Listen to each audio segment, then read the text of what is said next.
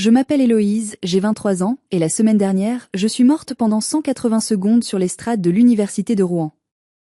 Le jour où j'étais censée prononcer le discours de ma promotion en tant que major de la faculté de préservation du patrimoine, les médecins ont découvert une tumeur qui pressait contre mon lobe frontal.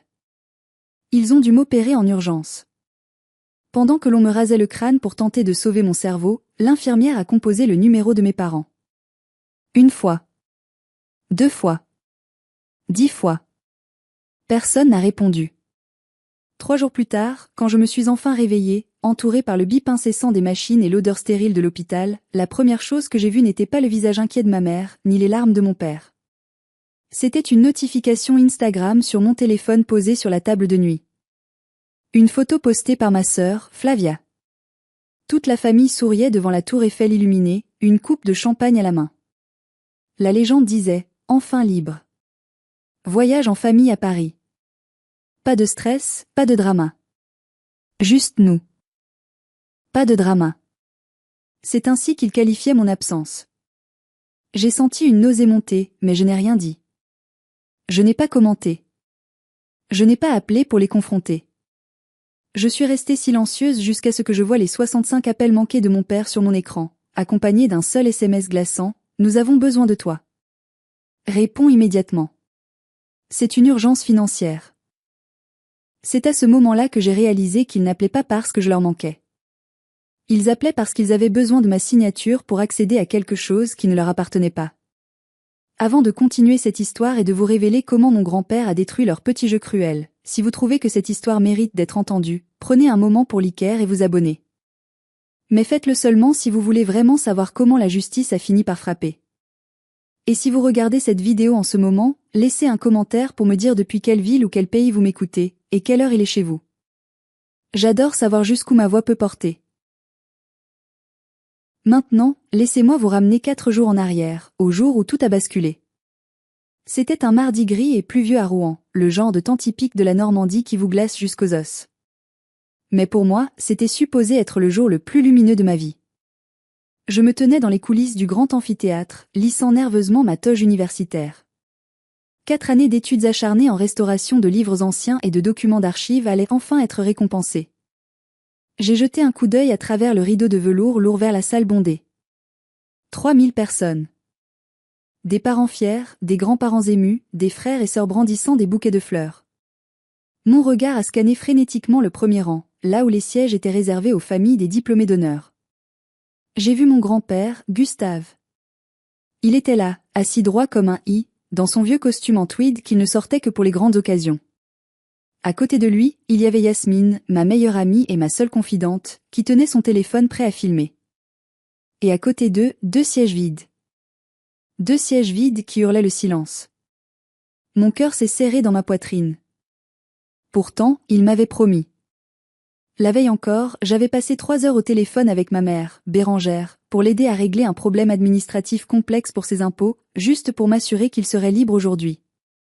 J'avais même viré 2000 € de mes économies, l'argent que j'avais gagné en réparant des reliures poussiéreuses dans le sous-sol de la bibliothèque municipale, sur le compte de mon père, Hugues, parce qu'il disait qu'ils étaient un peu « justes » pour le train. On sera là, Héloïse, arrête de t'inquiéter pour rien, avait grommelé mon père avant de raccrocher. Mais il n'était pas là. Héloïse ? C'est à toi dans 2 minutes. La voix du régisseur m'a tiré de mes pensées. J'ai hoché la tête, mais le mouvement a déclenché quelque chose de terrible. Une douleur fulgurante a explosé derrière mon œil gauche. Ce n'était pas la première fois. Depuis 1 mois, j'avais ces migraines terribles. C'est le stress des examens, me disait ma mère. Tu es toujours si dramatique, comme ta grand-mère, ajoutait-elle avec dédain. Alors je l'avais cru. J'avais avalé 2 cachets d'ibuprofène et j'avais continué. Mais cette fois, c'était différent. Le sol semblait tanguer sous mes pieds comme le pont d'un navire dans la tempête. Et maintenant, accueillons notre major de promotion, Héloïse. Les applaudissements ont retenti. J'ai marché vers la lumière. 1 pas. 2 pas. La lumière des projecteurs m'a aveuglé, transformant la salle en un tourbillon flou. J'ai atteint le pupitre, agrippant le bois verni pour ne pas tomber. J'ai cherché le regard de mon grand-père pour me donner du courage. Il me souriait, levant le pouce. Mais juste à côté, ces deux sièges vides. Ils étaient comme deux trous noirs aspirant toute mon énergie. Merci à tous. Ai-je commencé?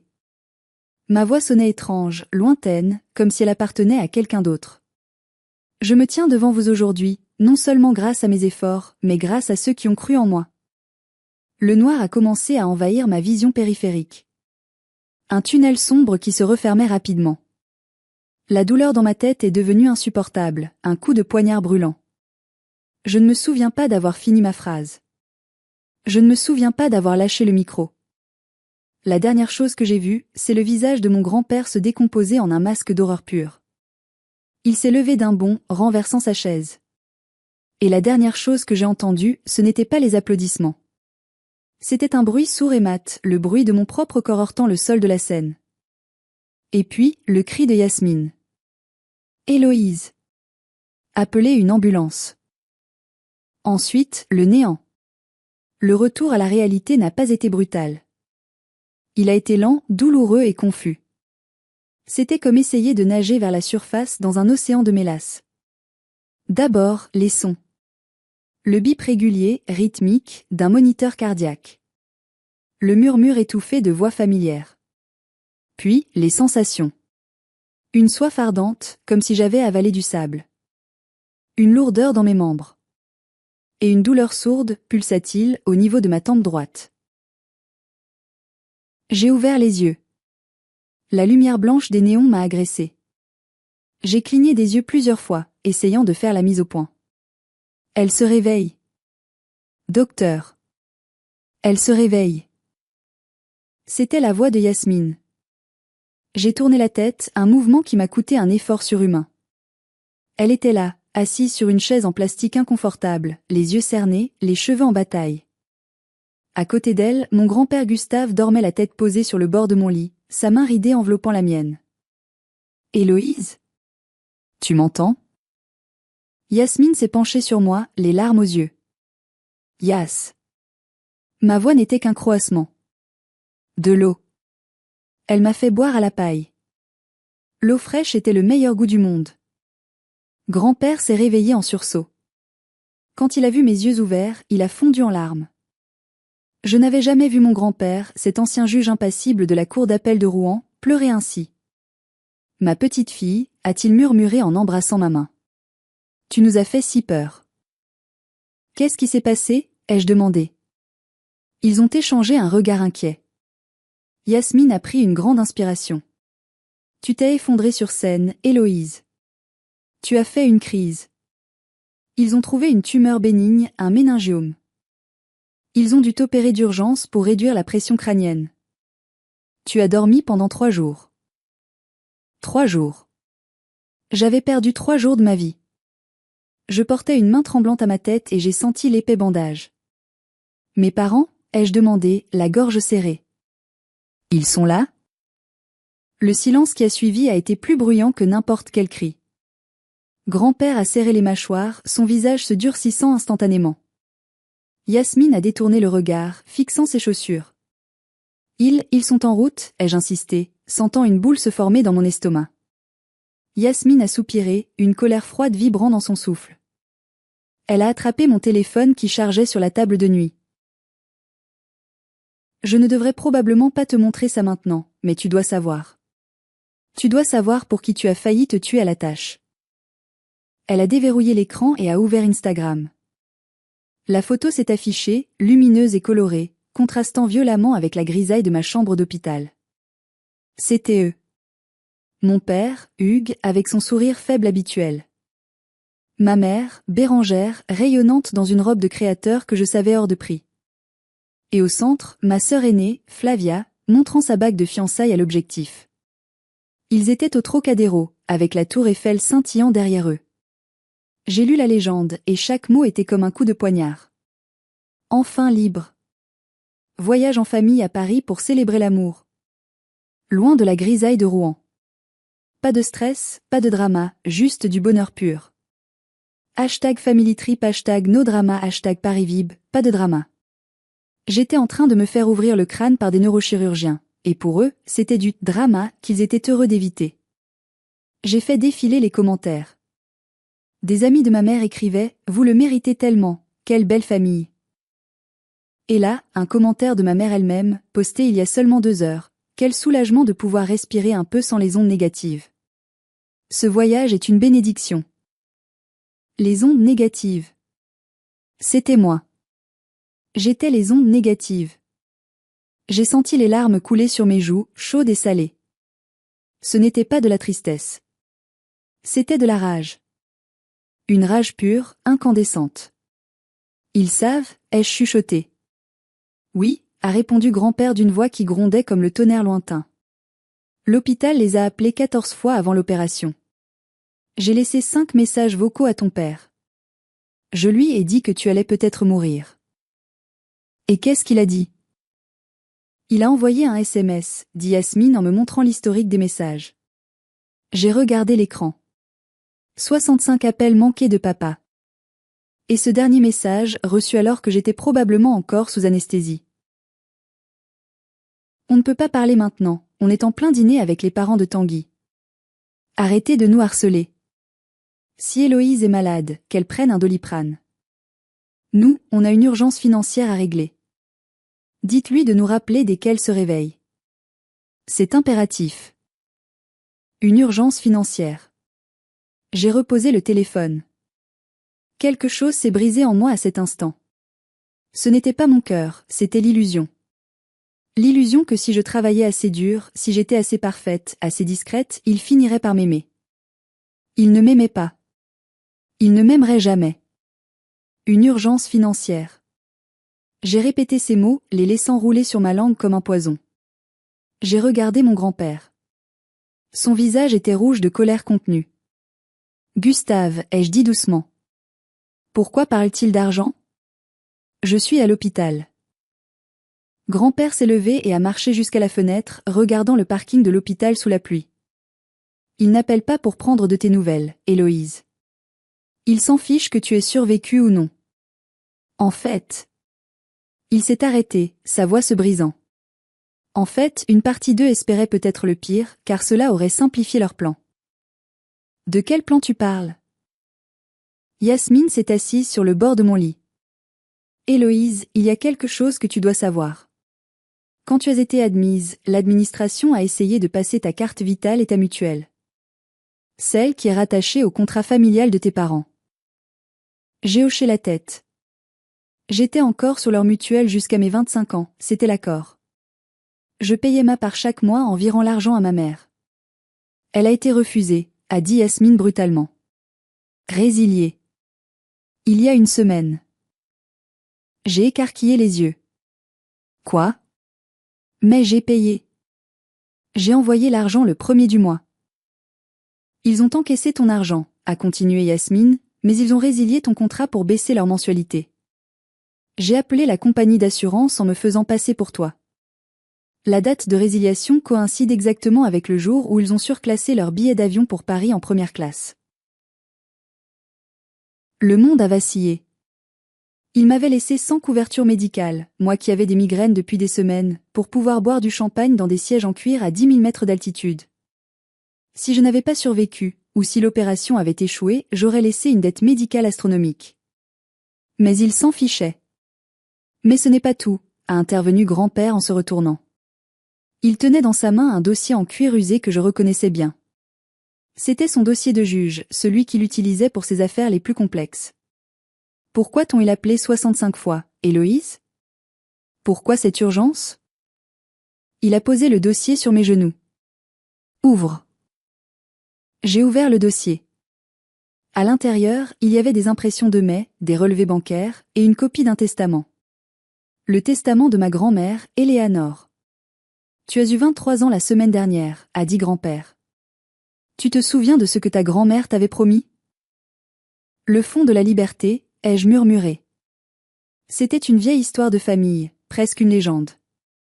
Grand-mère Éléanore, qui m'adorait, avait mis de côté de l'argent pour moi à ma naissance. Elle disait toujours, pour quand tu auras besoin de t'échapper. Ce n'est pas une légende, a dit grand-père. C'est un compte fiduciaire. Très bien garni.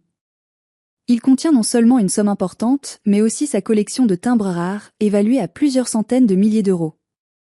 Et la clause était stricte, tu en deviens l'unique propriétaire et gestionnaire le jour de tes 23 ans. Avant ça, personne ne pouvait y toucher. Pas même moi. Surtout pas tes parents. Je commençais à comprendre. La nausée est revenue. Ils le savent? Ils ont toujours su qu'il y avait de l'argent, mais ils ignoraient le montant et la date exacte du déblocage, a expliqué grand-père. Mais la banque leur a envoyé un courrier automatique à ton ancienne adresse, chez eux, pour signaler que le compte était désormais actif et nécessitait ta signature pour toute opération ou pour donner procuration. J'ai regardé le SMS de mon père à nouveau. Nous avons besoin de ta signature. Ils sont à Paris, Héloïse, a dit grand-père, la voix tremblante de rage. Le siège de la banque est à Paris.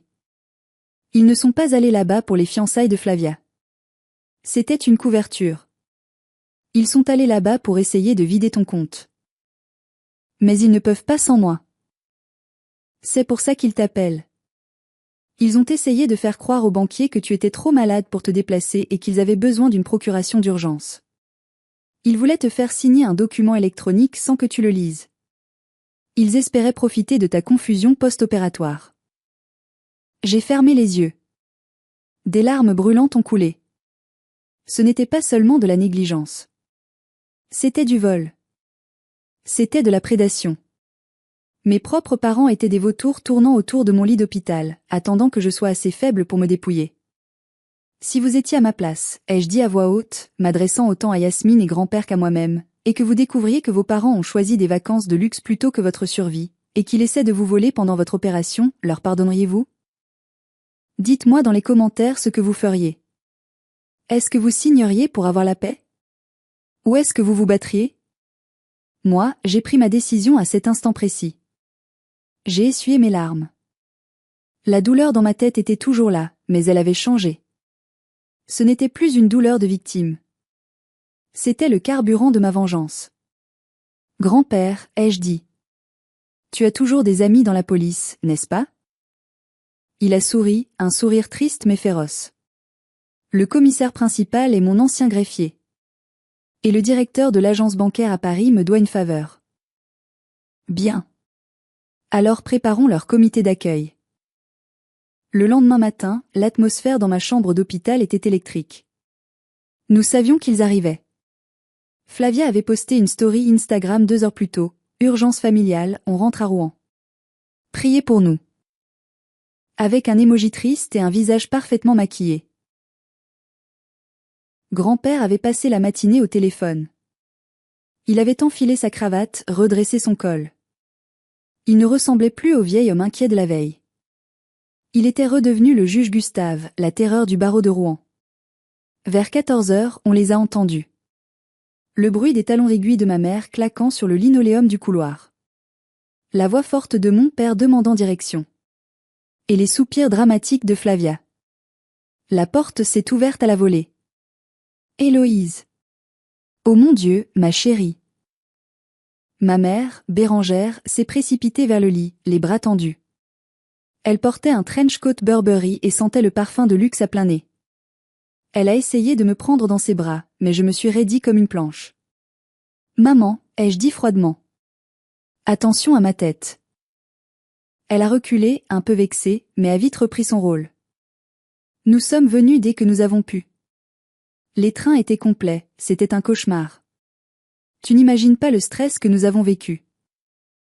Le stress, a répété Yasmine depuis le coin de la pièce où elle était assise les bras croisés. C'est drôle, sur Instagram, ça avait l'air très no stress. Ma mère a foudroyé Yasmine du regard. C'est une affaire de famille, Yasmine. Tu peux sortir. Elle reste, ai-je dit. Ma voix était faible mais ferme. Elle était là quand on m'a ouvert le crâne. Vous mangez des macarons. Un silence gêné a flotté. Mon père, Hugues, s'est raclé la gorge. Il tenait une mallette en cuir. Il avait l'air fatigué, mais ses yeux fuyaient les miens. Héloïse, ne sois pas injuste. On ne savait pas que c'était si grave. Et puis, il a posé la mallette sur la table adaptable. On doit parler de choses sérieuses. Les médecins disent que ta convalescence va être longue. Tu ne pourras pas travailler. Tu auras besoin d'aide pour gérer tes affaires. Quelles affaires? Ai-je demandé innocemment. Tu sais, a intervenu Flavia en jouant avec ses cheveux. L'argent de grand-mère. On a reçu un avis de la banque. Apparemment, c'est compliqué à gérer. Papa et maman veulent juste t'aider pour que tu ne fasses pas d'erreur. Tu n'as jamais géré d'argent, Héloïse. Tu gagnes le SMIC. C'est pour ton bien, a ajouté ma mère avec un sourire mielleux. Papa a préparé un petit document. Une procuration temporaire. Juste pour qu'on puisse payer tes factures d'hôpital, puisque ta mutuelle a eu un petit souci. Un petit souci? J'ai failli rire. Vous l'avez résilié. C'était une erreur administrative, a crié mon père, un peu trop vite. C'est pour ça qu'il faut signer ça. Tout de suite. Pour qu'on puisse débloquer les fonds et payer les chirurgiens. Sinon, ils vont arrêter les soins. C'était un mensonge grotesque. En France, on n'arrête pas les soins d'urgence.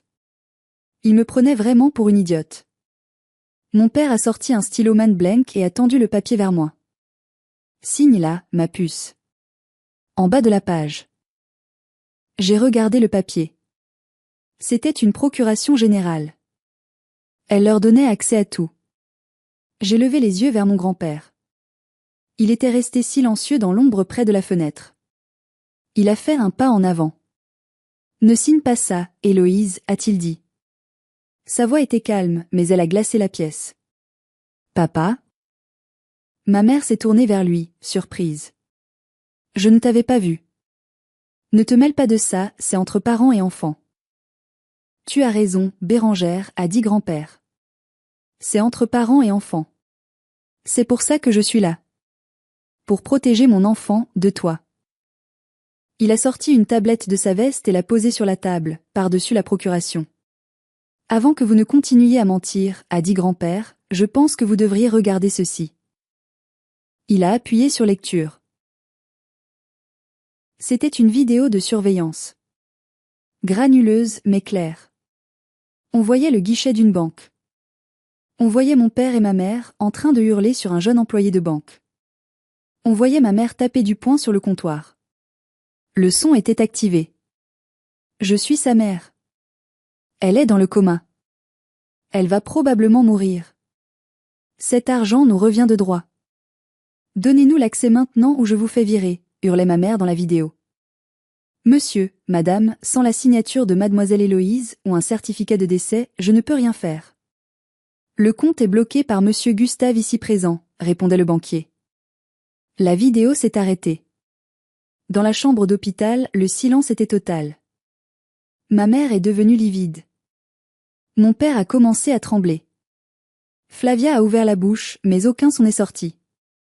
Vous n'êtes pas venu parce que j'étais malade, ai-je dit, ma voix tremblante de dégoût. Vous êtes venu parce que la banque vous a dit non. C'est hors contexte, a balbutié ma mère, cherchant désespérément une excuse. On était paniqués. On disait n'importe quoi sous le coup de l'émotion. De l'émotion? Grand-père a avancé d'un pas, menaçant.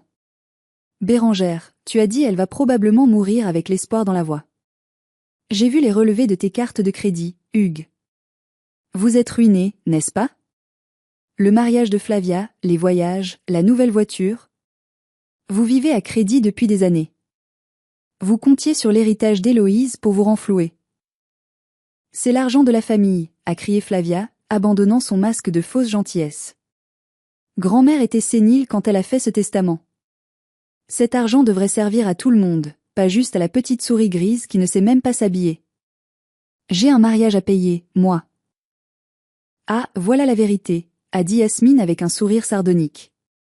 Mon père s'est tourné vers moi, les yeux implorants. Héloïse, écoute. On a fait des erreurs, c'est vrai. Mais on est ta famille. Si tu ne nous aides pas, la maison va être saisie. On va tout perdre. Tu ne peux pas nous faire ça. J'ai regardé cet homme que j'avais admiré quand j'étais petite. Je me suis souvenu de toutes les fois où j'avais essayé de l'impressionner avec mes bonnes notes, mes dessins, mes réussites. Il ne levait jamais les yeux de son journal. Mais dès que Flavia cassait un ongle, il courait. Donne-moi le stylo, ai-je dit doucement.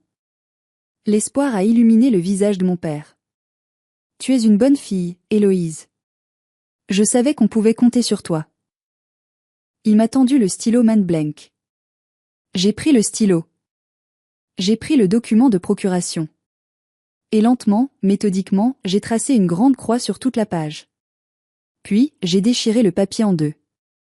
Puis en 4. Puis en 8. J'ai jeté les confettis au visage de mon père. Non, ai-je dit. Je ne peux pas vous faire ça? Vous avez pu me laisser sans assurance médicale. Vous avez pu me laisser seule sur une scène pendant que mon cerveau saignait. Vous avez pu souhaiter ma mort pour payer un traiteur de mariage. Tu es égoïste, a hurlé ma mère, perdant tout contrôle. Elle s'est jetée vers le lit, la main levée comme pour me frapper. Yasmine s'est interposée, mais c'est grand-père qui a stoppé le bras de ma mère en plein vol. Sa poigne était d'acier. Ne la touche pas, a grondé grand-père. Plus jamais. Il a repoussé ma mère qui a trébuché contre le chariot de médicaments. Sortez, a dit grand-père. Avant que je n'appelle la sécurité. Et sachez une chose, j'ai déposé une plainte ce matin pour tentative d'escroquerie et abus de faiblesse. Vous allez avoir besoin d'un avocat, et croyez-moi, aucun de mes anciens collègues ne voudra vous défendre. Tu ne ferais pas ça à ton propre fils, a pleurniché mon père. Je n'ai plus de fils, a répondu grand-père froidement. J'ai un lâche qui se cache derrière sa femme. Sortez. Ils sont sortis, mais pas sans un dernier acte de méchanceté. Ma mère s'est arrêtée à la porte. Elle s'est recoiffée, a lissé son trench coat et m'a regardée avec une haine pure, une haine si viscérale qu'elle m'a coupé le souffle. Tu crois que tu as gagné, a-t-elle craché. Tu finiras seule, Héloïse. Comme ta grand-mère. Tu lui ressembles tellement, c'est dégoûtant. J'ai toujours détesté ce visage. La porte a claqué. Le silence est revenu dans la chambre. Seul le bip du moniteur cardiaque témoignait de l'accélération de mon pouls. J'ai regardé grand-père. Il s'est assis lourdement sur la chaise, comme si 10 en venaient de s'abattre sur ses épaules. Elle a raison, ai-je chuchoté. Je ressemble à grand-mère. Oui, a dit grand-père doucement. Tu as ses yeux. Et son courage. C'est pour ça que ta mère ne t'a jamais aimé. Bérangère a toujours été jalouse d'Éléanore. Elle ne pouvait pas supporter que je l'aime autant, et elle ne pouvait pas supporter l'influence qu'Éléanore avait. Quand tu es né, tu étais le portrait craché de ma femme. Bérangère a projeté toute sa haine sur un bébé innocent. J'ai pleuré. Pour la première fois depuis mon réveil, j'ai pleuré de soulagement. Ce n'était pas ma faute. Je n'étais pas assez bien. J'étais juste le miroir de leurs insécurités. On pourrait penser que c'était fini. Que la méchanceté avait atteint son paroxysme et qu'ils allaient se cacher dans la honte. Mais c'est mal connaître les narcissiques. Quand ils perdent le contrôle, ils cherchent à détruire la réputation de leurs victimes. 2 jours plus tard, alors que je commençais ma rééducation pour réapprendre à marcher sans vertige, mon téléphone a commencé à vibrer sans arrêt. Des notifications Facebook, des messages WhatsApp de cousins éloignés, de tantes que je ne voyais qu'à Noël. C'était ma tante Colette, la belle-sœur de mon père. La radio potin de la famille. Elle avait posté un long statut sur Facebook, taguant toute la famille élargie. C'est avec le cœur brisé que je demande des prières pour mon beau-frère Hugues et sa femme Bérangère. Leur fille cadette, Héloïse, après avoir reçu tout leur soutien pendant ses études, a décidé de profiter d'un héritage mal acquis pour mettre ses parents à la rue. Elle refuse de les aider alors qu'ils traversent une passe difficile. Quelle ingratitude! On nourrit un serpent dans son sein et voilà le résultat. Honte à toi, Héloïse. Les commentaires étaient horribles. Génération d'égoïstes. Après tout ce qu'ils ont fait pour elle. Ma pauvre Bérangère, je suis de tout cœur avec toi. J'ai senti mon sang bouillir. Il retournait la situation. Il se faisait passer pour les victimes. Ne réponds pas, a conseillé grand-père. C'est ce qu'ils veulent.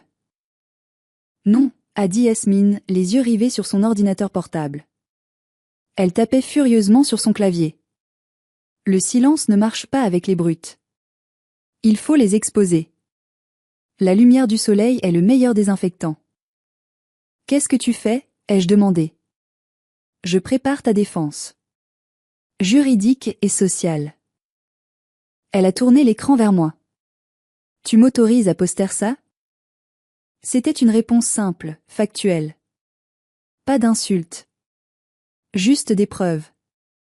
Une capture d'écran des 65 appels manqués et du SMS « Urgence financière » daté de l'heure de mon opération. La photo Instagram « No Drama » à Paris avec la date et l'heure. Le document de résiliation de la mutuelle signé par mon père. Et une simple phrase « Ma famille a choisi de boire du champagne à Paris pendant que les chirurgiens m'ouvraient le crâne.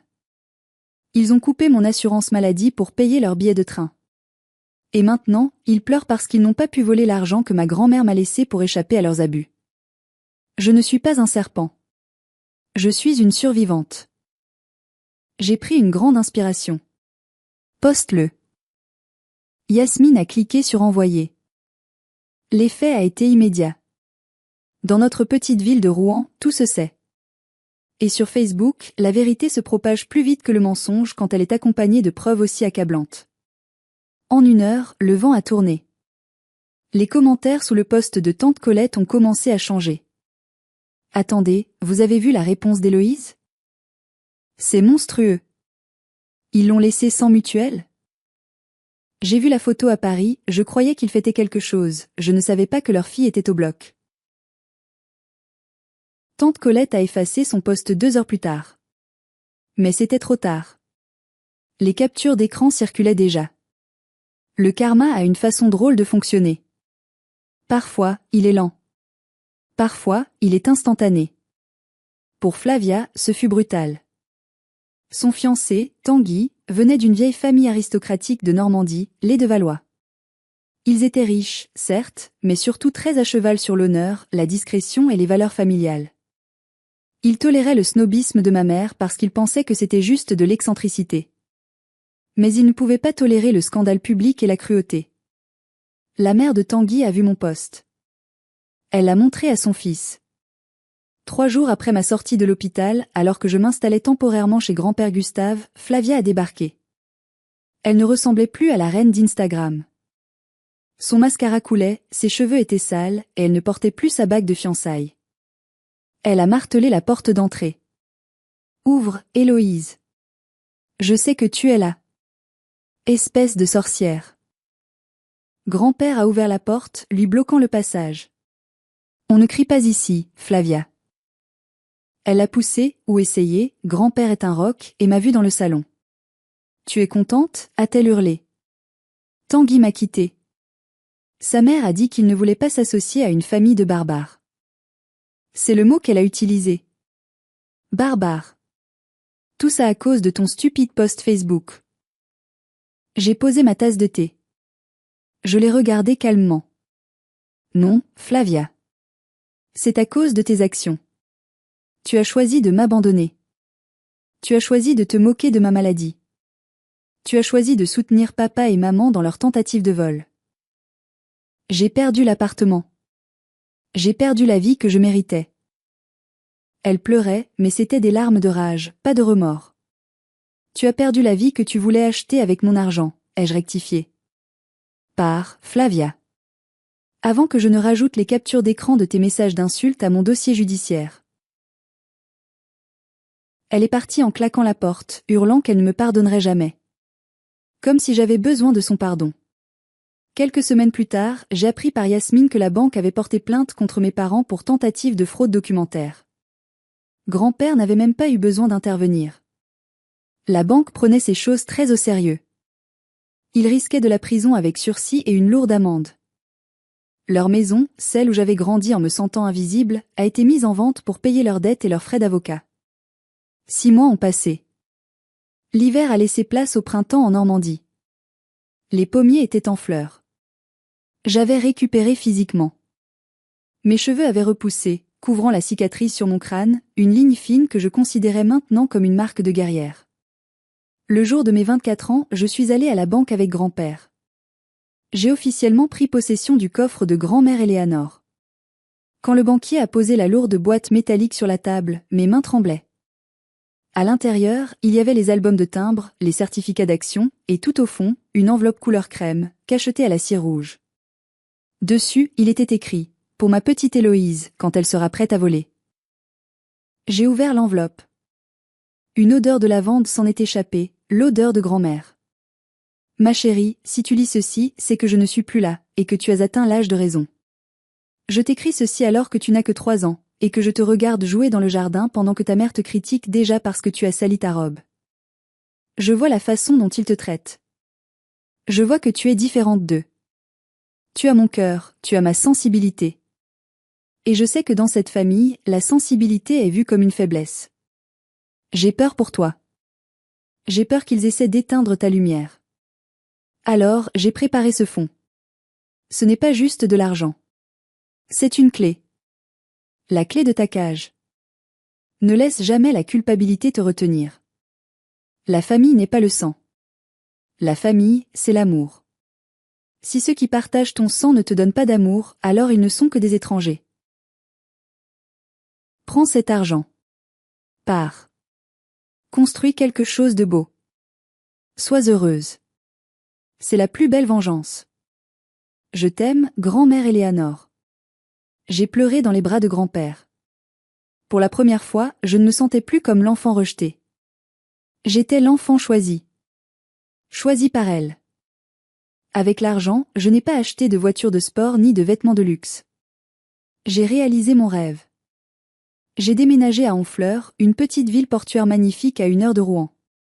J'ai acheté un vieux local commercial dans une ruelle pavée. J'ai ouvert l'atelier d'Éléanore. C'est un endroit hybride, une partie atelier de restauration de livres anciens, où je soigne les pages blessées comme j'ai soigné mon âme, et une partie salon de thé littéraire. C'est un endroit calme, plein d'odeurs de vieux papier et de thé Earl Grey. C'est un refuge pour les gens comme moi, les introvertis, les observateurs, ceux qui se sentent un peu à l'écart du monde bruyant. Hier, c'était l'inauguration officielle. Grand-père Gustave était là, en smoking, servant du champagne, le vrai, pas celui de la trahison, aux clients. Yasmine était là aussi, elle vient de réussir son examen du barreau. Elle est mon avocate officielle et ma sœur de cœur. À un moment de la soirée, j'ai regardé par la vitrine. De l'autre côté de la rue, sous la pluie fine, j'ai cru voir une silhouette familière. Une femme avec un vieux trench coat usé, qui regardait la lumière chaleureuse de ma boutique avec un air affamé et triste. C'était ma mère. Elle avait vieilli de 10 ans. J'ai su, par les rumeurs, qu'il vivait maintenant dans un petit appartement HLM en banlieue, que mon père avait fait une dépression et que Flavia travaillait comme vendeuse dans une boutique de vêtements bas de gamme, toujours aigrie. Ma mère a croisé mon regard. J'ai vu une hésitation. Elle a fait un pas vers la boutique. J'ai eu un choix à faire. Le choix d'ouvrir la porte, d'être la bonne fille, de pardonner, de laisser entrer le poison à nouveau. J'ai regardé grand-père qui riait avec un client. J'ai regardé Yasmine. J'ai regardé mes livres, mes murs, ma vie. J'ai doucement tiré le rideau de velours devant la vitrine. Je l'ai laissé dehors. Dans le froid. Là où elle avait choisi d'être. Je me suis retournée vers ma vraie famille, celle que j'avais choisie, et j'ai souri. Si vous êtes arrivés jusqu'ici, merci de m'avoir écouté.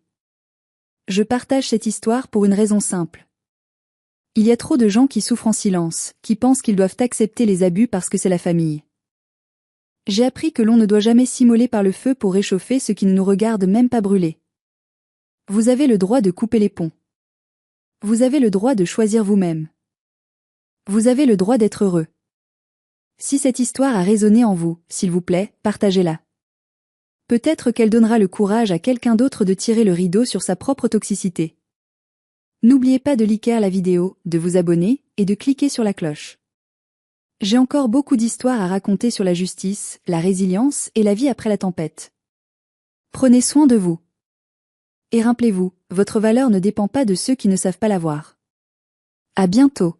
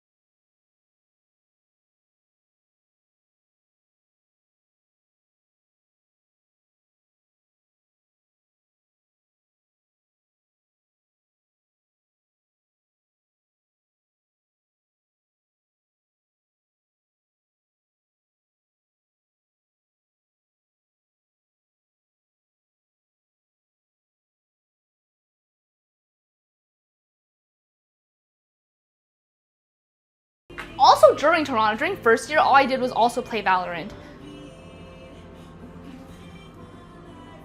To be honest, dish soap degrease is probably good for the oil. Oh, probably true. It's okay, it's okay. I'll moisturize. Let me put some lotion on. Let me lotion up. Let me lotion up. Let me lotion up real quick. Look, I got this entire tub of hand lotion because I know my hands get hella dry. I don't got a valid date. I don't actually want to. I don't actually want to. No, it's okay. I'm down for like another day, you know? Just like not today. I'm not in the mood to play Val. Hold up. Is that Diddy lotion? It's supposed to be in disguise. Lawful, get the message. It's supposed to be covered up. And that's why I have all this like, it's not supposed to be known. They're not supposed to know yet. Oh my god, why would you do that? I've never seen that tech before. Interesting lotion application like this. Oh, it's because I don't want my hands to get all oily, you know what I mean? Like the back, real recognize real, dap me up, Tommy. Sorry, hold up. It's like the lotion, I don't want my hands to get oily. Cause like, you know when you use lotion, your hands get all oily. So I just get the back because the back is what's dry. Hi, Jose. Oh no, I meant Guapo going on a date with Yuki later tonight. W date. Wait, really? W date? I've seen stuff about Yuki, but I actually don't even know who she is, like for real. But I've seen stuff. Cool, cool, cool. How do you guys apply your lotion?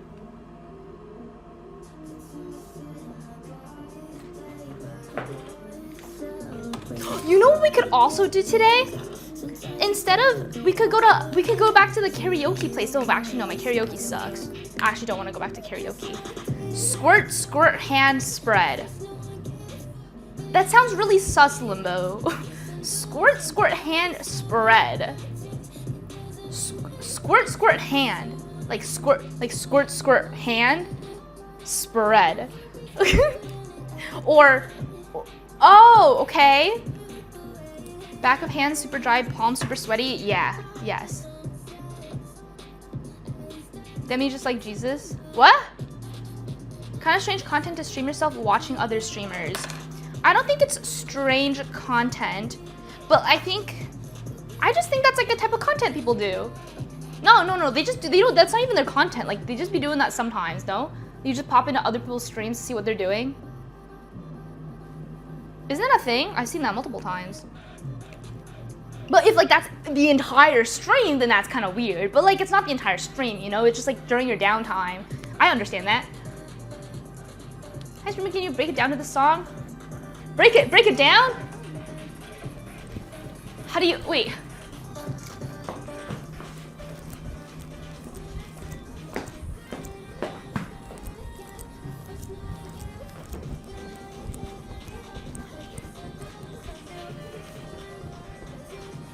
Am I doing it?